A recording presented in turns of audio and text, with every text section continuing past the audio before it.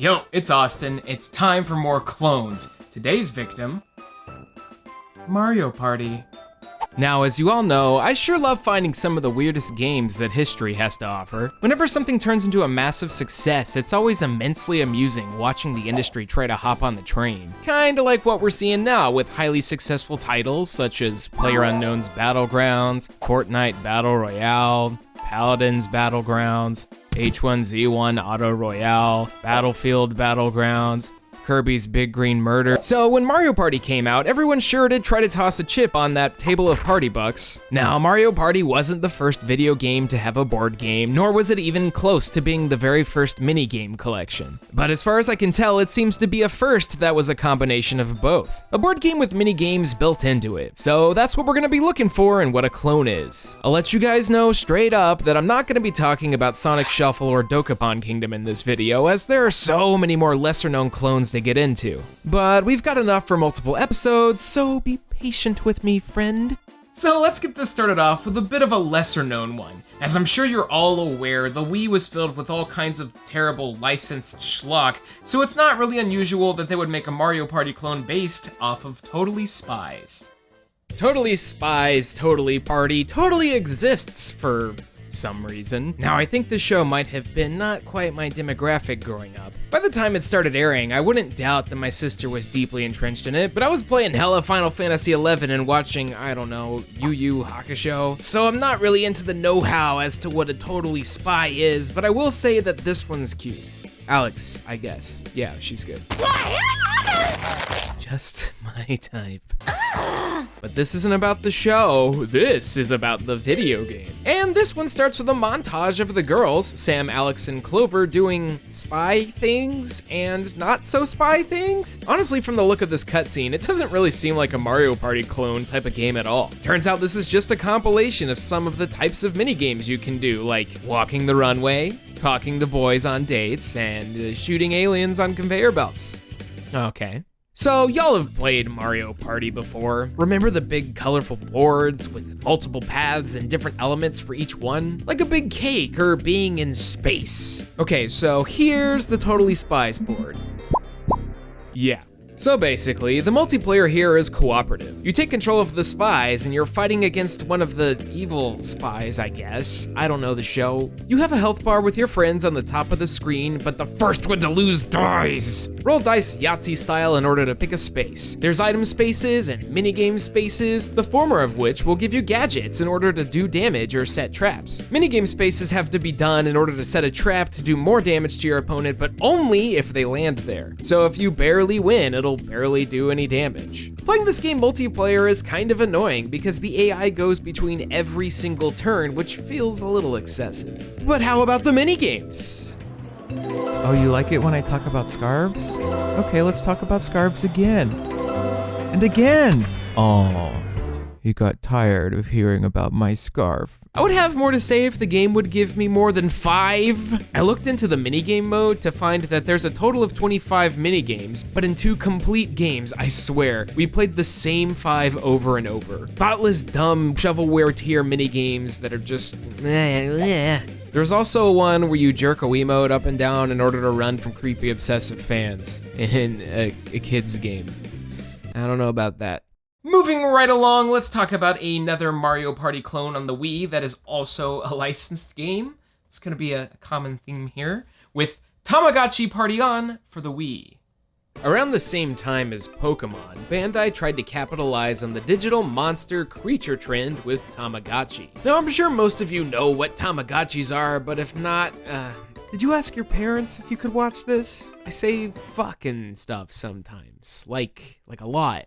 While Tamagotchi never really stopped production in Japan, we've only gotten them in waves here in the States. I assume this is because they were never quite popular enough to keep going beyond fad status. Enter the big nostalgia bell. Every business exec strikes once in a few years in order to capitalize on good old millennial memories. So in the mid-2000s, during one of the crazes, Tamagotchi came back once again, this time with several localized video games. The game in question today is Tamagotchi Party On On for the Wii. Tamagotchi Planet needs a new president. Be happy, be popular, be president. Do you trust this man to be your president? Yeah, that's right. Party On is a Mario Party clone about becoming the president. Campaign, do community work such as washing trucks, help out the citizens, do anything to make these suckers cast their ballots. I do, however, notice a lack of accepting bribes from lobbyists as a game mechanic though. Shame. It's not realistic. Now, since this is a Mario Party clone, your goal is to reach a specific campaign spot before the other players and have more popularity at the end of the election cycle in order to be voted into office. Each election is basically a star, and the goal is to have the most elections won by the end of the game.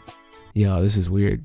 Now, let me tell you the fatal flaw here. You notice anything funny about these minigames? Seems like something's missing, huh? Yeah, that's right. Every minigame is only single player. In a board game about competing against each other, you don't actually get to compete on anything based around skill. People say that Mario Party is a game that takes no skill, but dude, Tamagotchi Party On might take that cake for me. Because you're not playing against anyone, I quickly got bored, which is a complete shame. Because I mean, look how adorable everything is. The style here is extremely compelling. I jumped into Party On pretty excited for some cute Japanese nonsense, but good luck getting anyone to be excited with you. Being unable to compete in any true manner led to zoning out quickly. This wasn't even the developer Hand's first attempt at a Mario Party style game, as they did One Piece Pirate Carnival prior to this. I will cover that at some point though, because that deserves its own thing. It's just a huge bummer that everything surrounding the actual game is stellar, because I would have loved to drop into the presidential trenches with friends.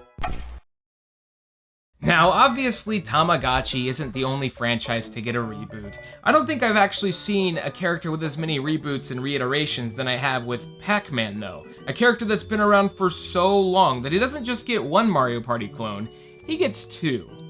If you're watching this video and don't know who Pac-Man is, what are you doing? Do you know what video games are? Did you mean to click on a Vine compilation? Get out of here! Pac-Man has seen several different iterations, most of which are terrible, especially his more recent incarnations. Most excellent! The only one I'm really into is the Pac-Man 2 The New Adventures version. You know, the half big smug asshole part and the depressed crybaby version. I love him. If I had a video game self-insert, it would be him. The Pac Attack has gotten so many video games in different styles, so of course after the wide-reaching success of Mario Party and games like Crash Bash, we'd see something from good old Namco. So let's start with the most recent game, Pac-Man Party for the Wii.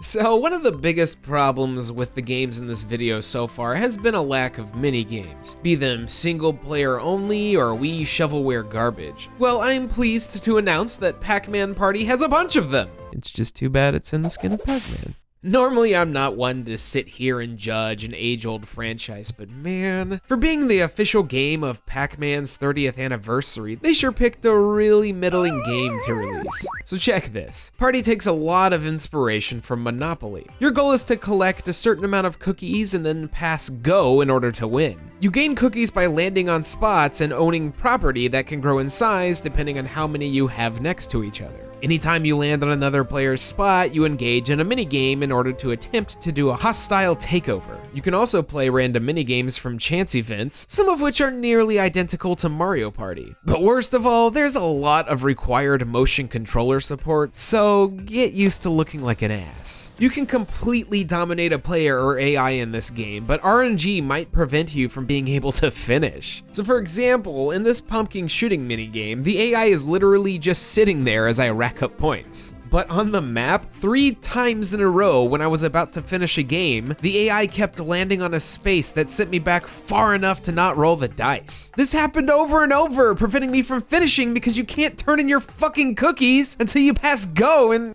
I don't like it. Now, I'm not entirely opposed to a Pac-Man themed Mario Party clone, but I would have loved to see some representation from other Namco franchises. As much as I'm okay with Pac-Man, like, who the heck is this furry fox thing that's kind of hot? Who did this?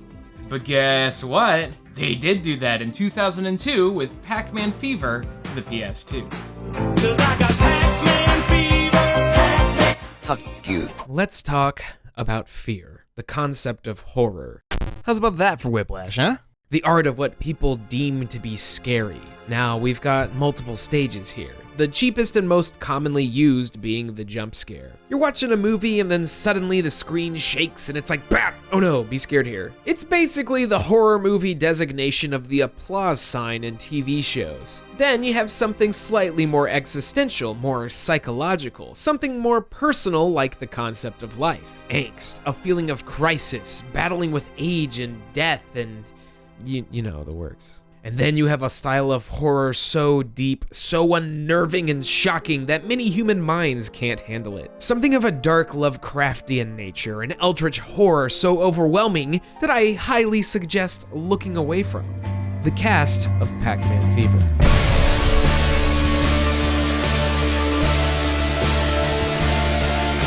8 years prior to Pac-Man Party, Namco handed the license over to a group called Mass Media Games, who would create a Mario Party-styled clone called Pac-Man Fever. But this time, we had a large cast of characters like Pac-Man, Miss Pac-Man, the girl from Ridge Racer, Heihachi and Tiger Jackson from Tekken, and fucking Astaroth? What is this random ass selection of characters? Is this the cast of the next Tales of game?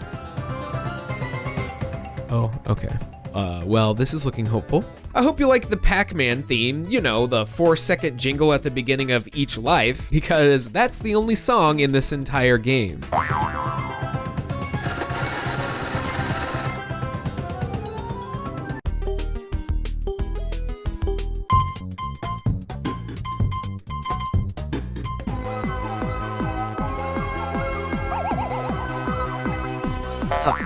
Listen, I don't set out to hate games when I play them, but right out of the gate, Fever gave me a lot of reasons to laugh at it. You play minigames at the end of every turn, and your place in the minigame determines how far you go. No dice rolling, you just go for it. That means if you play too well, the game could punish you by putting you on a space you don't want to be on. Minigames are your standard, we're trying to be Mario Party fare, but all thrown at you without any warning. Also, the AI here will demolish you, as they know every game inside and out.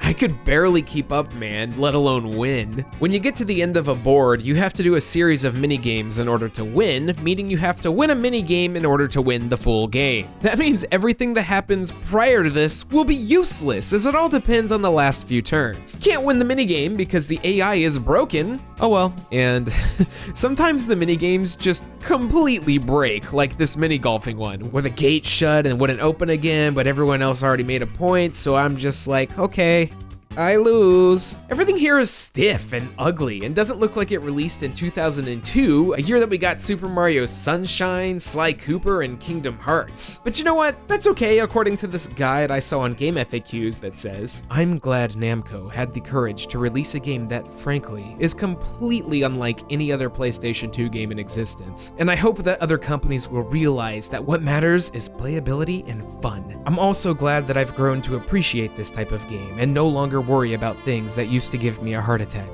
Wait, what? I wish I could say that we were done, but we're not, because they made another one. Yeah, the same company made Shrek Super Party.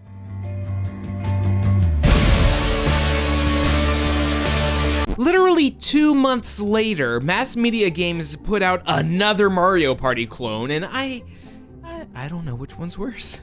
Y'all motherfuckers love Shrek memes. I see them all over the place. Shrek and Smash Mouth just sitting together pumping out memes like it's nobody's business. But then when you try to consume Shrek-related media, it ends up being very literally the worst. And I'm not talking about Super Slam, the one game two of you are very, very interested in reminding me exists every single time I release a video. I'm talking about Super Party. So let's do a quick rundown. Shrek Super Party has no unlockables. Super Party has no cheats. It also has no progression at all, it's just tournament, and then there's also playing the mini games separately. There's a brief cinematic in the beginning that tells you that there's a tournament going on in order to receive any wish you want. And all of the people in the Shrekdom band together to compete. You gotta walk around this board and collect bug juice and pour it into a well, and then that's it. You kind of roll a die by pressing a button on this board, and that determines what space to land on, be it gaining bug juice or a mini game, and that's the game. That's the entire game. There's literally nothing else to this game. I'd be able to forgive this lack of content if the minigames were good, but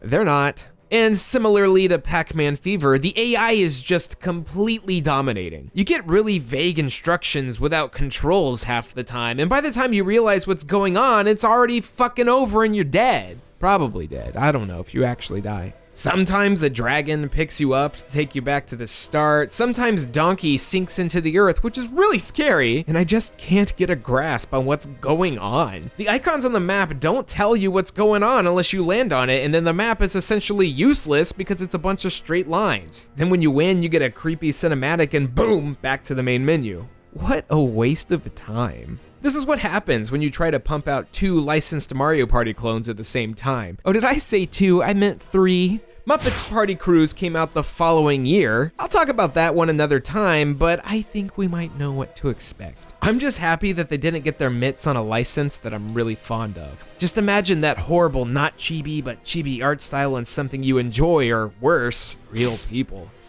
Ugh.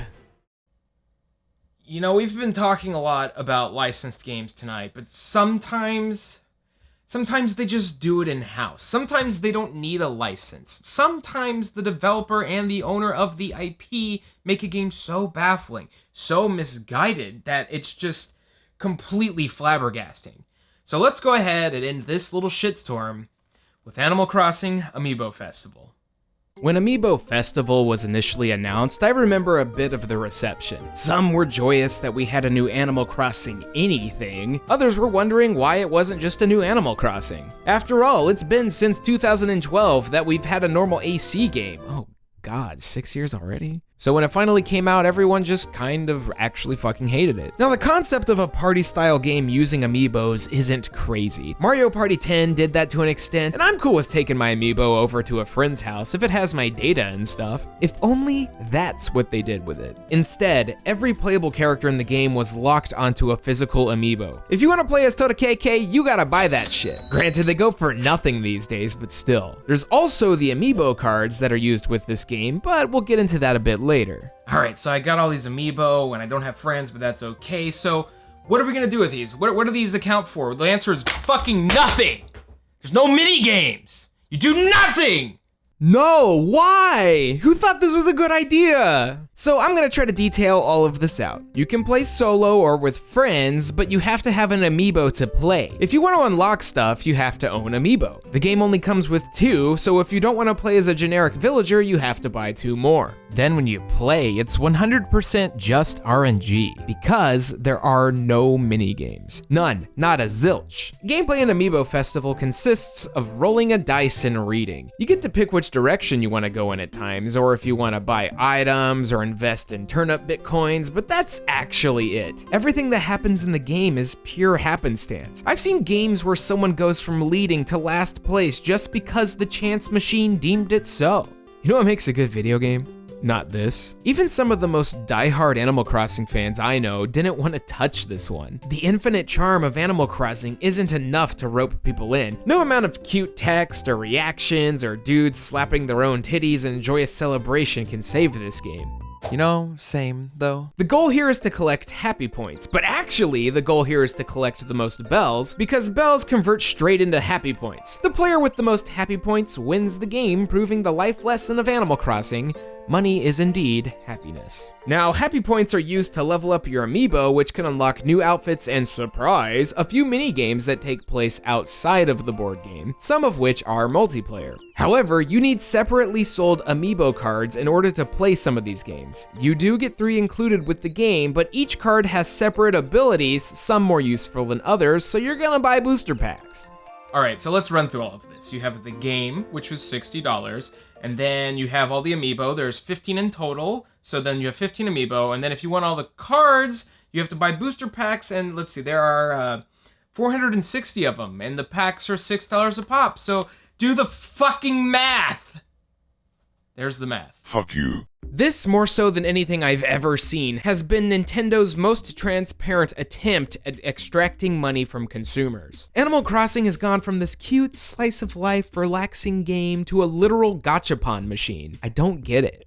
Okay, let's talk about the minigames and not my ethics. I only had enough patience to unlock a few of them, considering I can only stomach so much of the board game mode, so here we go. First up is a balloon drop game where you put a card on the Wii U gamepad and then release it in order to get high points. Nothing special here, you just need the bounce, to do the big bounce. You've got a quiz show, while cute, relies very heavily on deep Animal Crossing lore. I couldn't do it, I don't know the bugs, I don't know them. Next, you've got this weird running away from a lawnmower game where you have to place certain cards down in order to move forward. It's pretty difficult and disorienting, which is the point, but ultimately it's not engaging or interesting enough for me to want to keep playing it. Of all the games here, the one with the most depth happened to be, guess what? A single player game. In Desert Island Xscape, you pick 3 of your cards and set out on a mission to escape. You have a certain amount of days and food as rations, serving as a time limit. Each card has special abilities tied to them, like being able to find honey, all of which will help you in assembling a raft to get off the island. This is pretty cute and actually kind of decent in execution. Unfortunately, the RNG here is once again out of control. Despite being fully geared up to fight enemies like the centipede, I had all 3 attempts in a row with each of my characters fail, despite this tiny little fail marker making me lose a turn, and because of that, the entire game. I can handle a little bit of RNG, but not when your entire game is a literal microtransaction machine. The main board game's nothing, the mini games are nothing, and all you end up with is a bunch of plastic taking up space. Animal Crossing Amiibo Festival is not only a huge disappointment, but a massive smack in the face to the fans of the franchise. I'm very glad we haven't seen anything like this since, but if it happens again, I wouldn't be too shocked. Next thing you know, we'll be buying like Nintendo tape or something. Ah, shit! Well, that's all for today's episode. I know a lot of you guys want me to talk about this bad boy right here, but I think I need a big minute or two, maybe like 5 minutes or something after this motherfucker. So, you know, bye. Go check out the things and go play some games, you goobers.